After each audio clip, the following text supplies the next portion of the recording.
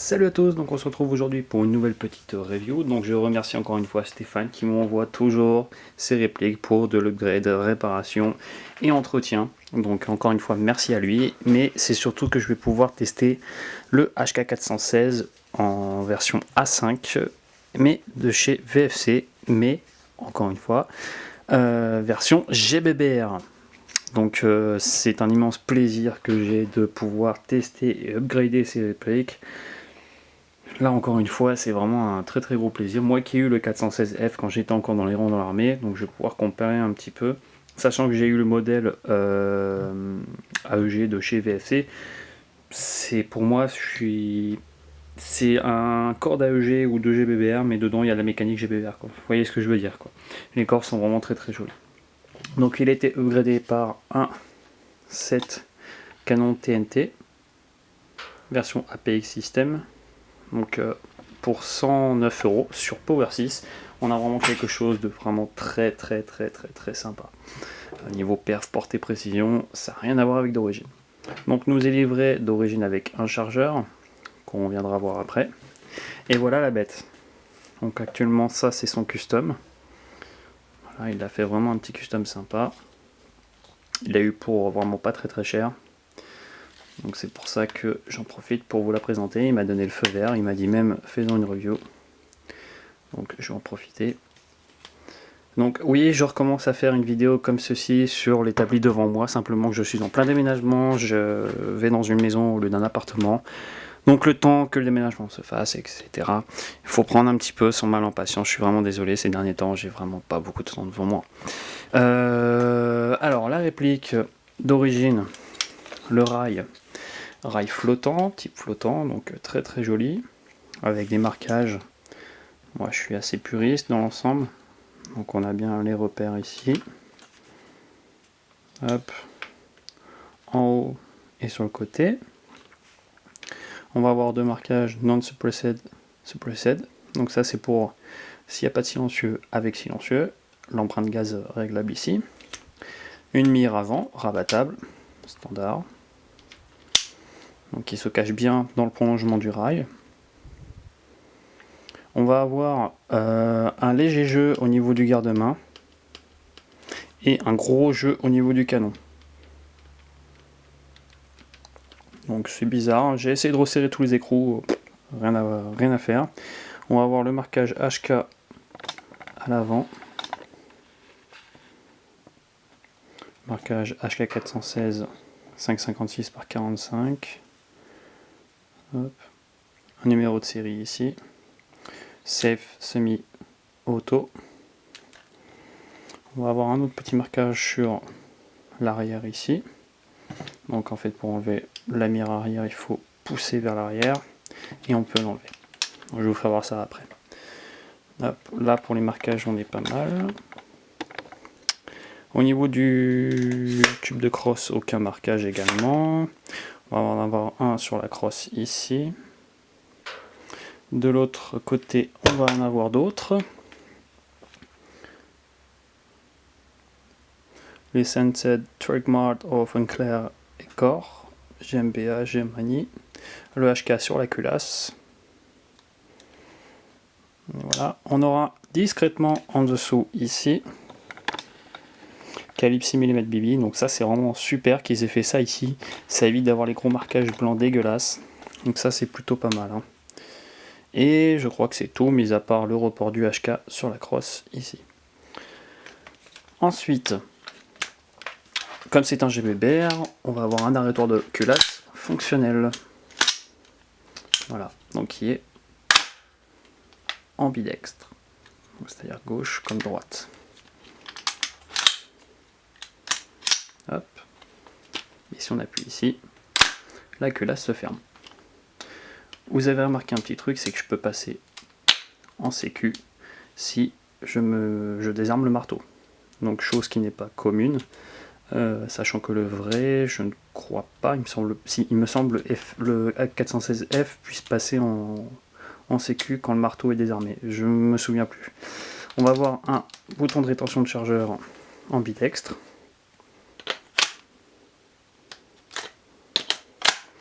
Et côté comme on a l'habitude, tac, on peut enlever le chargeur. On va avoir une large arcade de ponté pour pouvoir passer les gants, donc ça c'est vraiment pas mal. Un sélecteur de tir ambidextre également. Hop, qui a un léger jeu, mais qui fonctionne parfaitement, donc sur ça, voilà, on va pas non plus s'éterniser trop dessus. On remarquera la protection ici de l'arrêtoir de culasse qui lui a été agrandi également.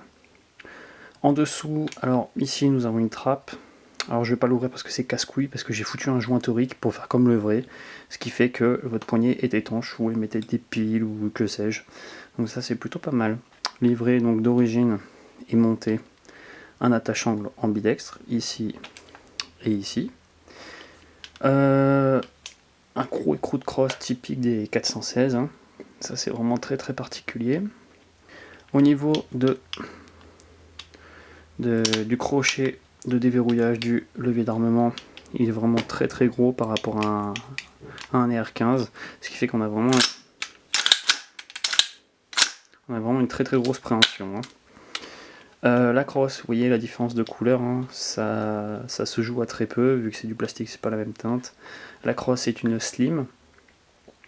La slim qui, elle, alors si mes souvenirs sont bons, hop, on appuie sur le téton ici pour pouvoir la déverrouiller. Et on a la place pour ranger des outils de nettoyage, une petite burette d'huile ou n'importe, hein. Hop, pour la régler standard aux AR, hein. Donc 1, 2, 3, 4, 5 positions. Qu'est-ce qu'on pourrait dire d'autre? De la mire arrière ici est réglable. Je vais faire une petite mise au point. Hop. Donc nous avons, hop, ici pour régler de gauche à droite. Normalement, c'est ça, si je me souviens bien, si je dis pas de bêtises. Ouais. Alors, faut mieux le faire avec un tournevis. Et ensuite, pour régler en hauteur, vous tirez et vous tournez. Hop. Voilà, c'est vraiment pour régler. C'est rabattable et c'est enlevable. Comme ceci. Et en dessous, on a une cartouche pour dire que ça va côté à l'avant. Ensuite, qu'est-ce que nous avons d'autre? Tac tac tac, je suis un peu perdu.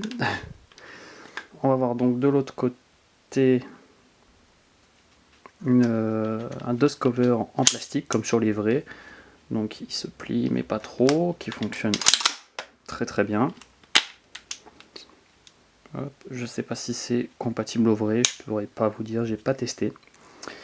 Pour enlever le garde-main, alors il va vous falloir 1, 2, 3, un tournevis plat, un gros, et on dévisse.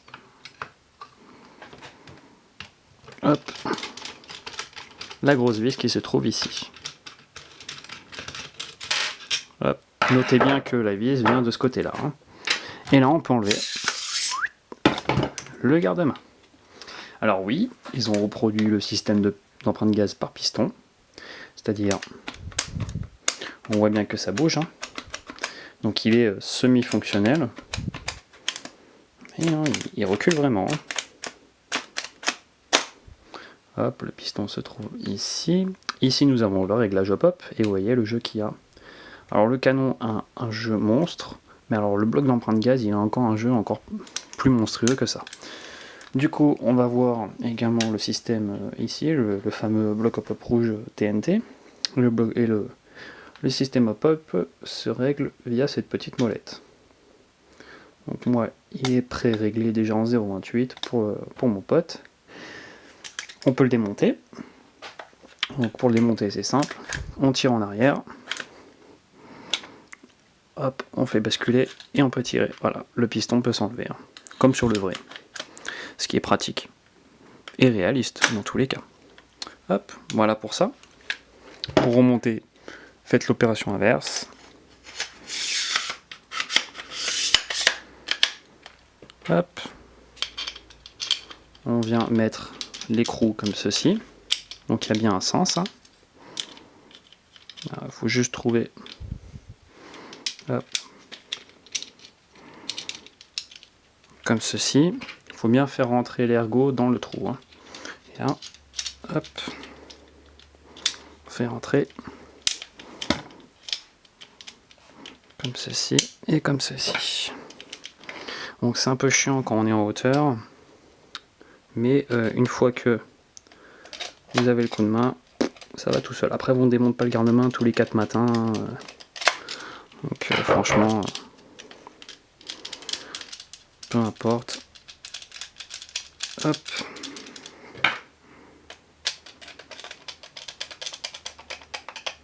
Voilà. C'est fait. J'ai pas parlé donc de la trappe d'éjection, de ce qu'on va avoir dedans, parce que bon, peut-être que ça va intéresser du monde. On peut mettre donc l'arrêtoir, hop, et on voit donc le faux bolt, le nozzle surtout. Donc l'intérieur, on n'y verra pas grand chose comme ça. On voit la fameuse chambre en étoile, hein, particularité des AR. Maintenant de plus en plus d'armes. Voilà un petit peu pour l'ensemble. Juste que je fasse les mises au point, j'ai encore du mal avec ça. Le forward assist, j'allais oublier, n'est pas fonctionnel. Voilà, il n'est pas fonctionnel sur cette réplique. Je trouve ça vraiment dommage, ça aurait donné un petit peu plus de réalisme. C'est dommage. Je parlerai du démontage après, bien évidemment. Le chargeur qui comporte les marquages HK réalistes, qui se démonte très facilement. Donc on aura un 5,56 par 45. Et ici, Restricted Law Enforcement, Government Use Only, 1094, Licensed Trademark, Enclair Core, GmbH. Donc c'est des chargeurs VFC, compatibles uniquement VFC. La valve de remplissage se trouve ici, donc particularité des VFC, hein, ça c'est plus en plus utilisé et franchement tant mieux. La rétorculasse n'est pas n'est pas désactivable, mais fonctionne très très bien néanmoins.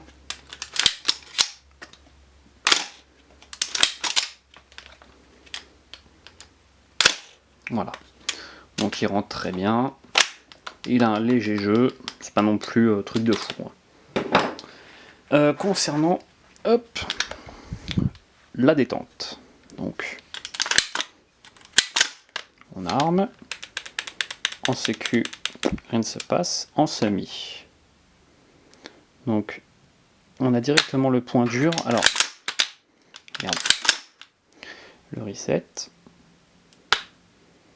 On n'a pas d'over travel, on n'a rien du tout. J'appuie, on sent que ça gratte un peu, mais le coup part. Hein. Hop. Donc on peut, vous voyez, on peut enchaîner les tirs sans problème, c'est un AR en même temps. Donc sur ça, pas de problème. En auto, c'est pareil, sauf que ça tirera en automatique, rien de plus compliqué. Enfin, rien de plus simple, pardon. Le démontage très simple, GBBR, et pour moi c'est similaire au réel. Donc on enlève la goupille arrière, comme ceci, et on vient casser, entre guillemets, en deux, la réplique. On peut enlever maintenant la goupille à l'avant. Elle est très très dure par contre celle-ci je trouve, par rapport à celle de l'arrière.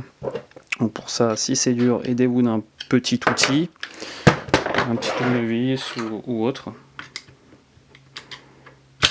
Hop, comme ça c'est fait. Donc on peut enlever partie haute et partie basse. Tac. La partie basse, donc elle est très réaliste je trouve.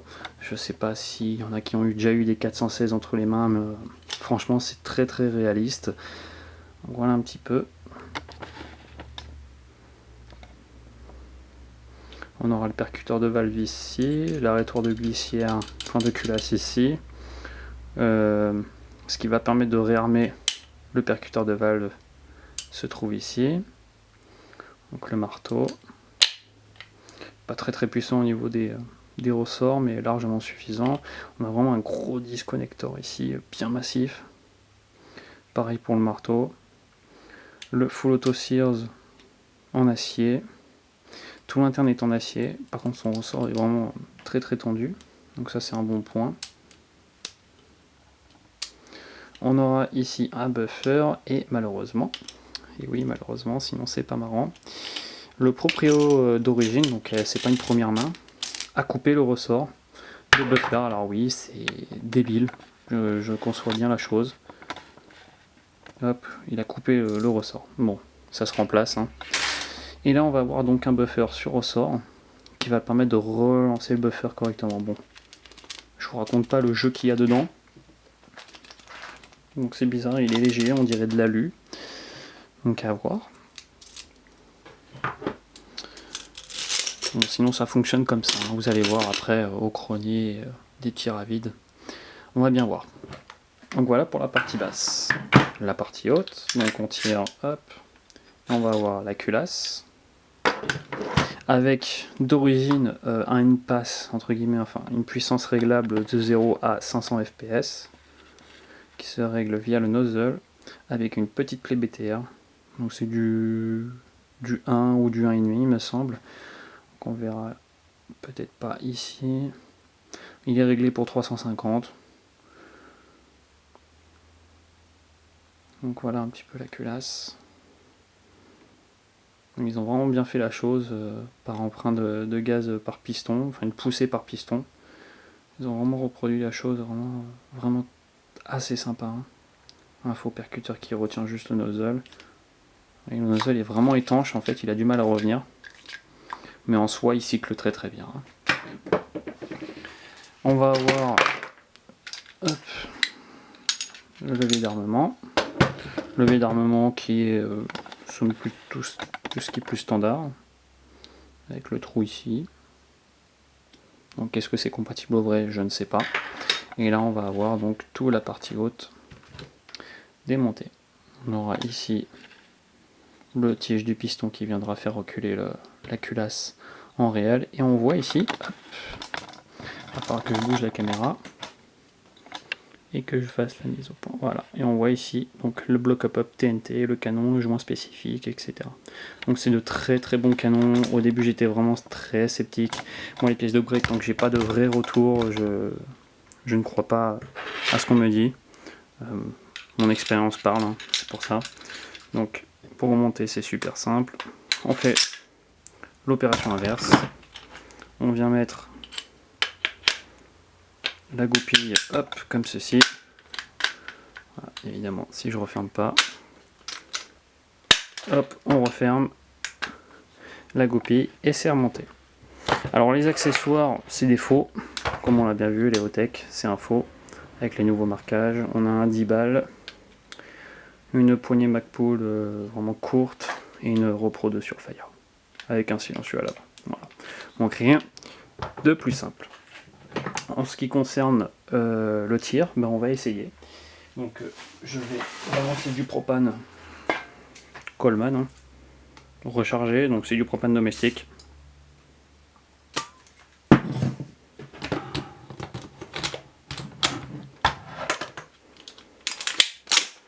On va dézoomer à fond. Et voilà ce que ça donne. C'est vraiment sympa, il y a un kick vraiment assez surprenant. Donc c'est pas un kick de fou, mais on sent que ça envoie.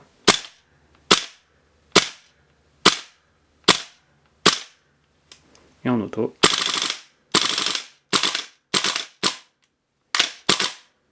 Donc il y a quasiment plus de gaz, c'est pour ça que ça fait ça. Mais on voit vraiment quelque chose de très très sympa. Hein. Voilà, je suis enfin en gaz.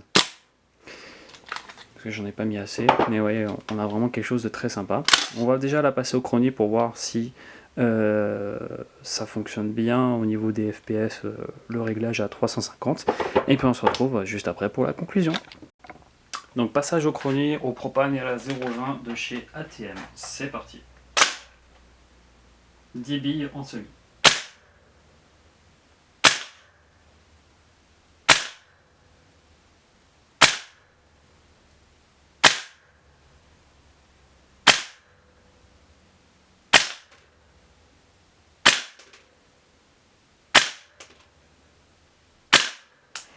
Donc voilà, Donc on a vu 310 fps de moyenne. Ouais, c'est ça, 310 fps,8. Sachant que le hop-hop est réglé, donc forcément on y perd en fps, mais on est bien à 350, hop-hop à 0 et en 0,20 grammes. Donc voilà, on a vraiment une réplique vraiment très très sympa, on a vraiment une réplique qui fonctionne du feu de Dieu. En sortie de boîte, c'est plus comme les premières générations de VFC qui dégazaient comme pas possible. On a vraiment un truc vraiment très très très très très sympa. Hein. En auto.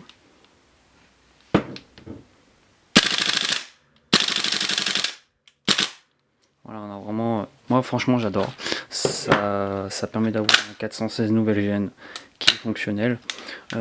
Pour pas non plus des 1000 et des 100. Moi je dirais oui pour en avoir un. Après pour le jouer avec, oui parce que les performances sont là une fois upgradées.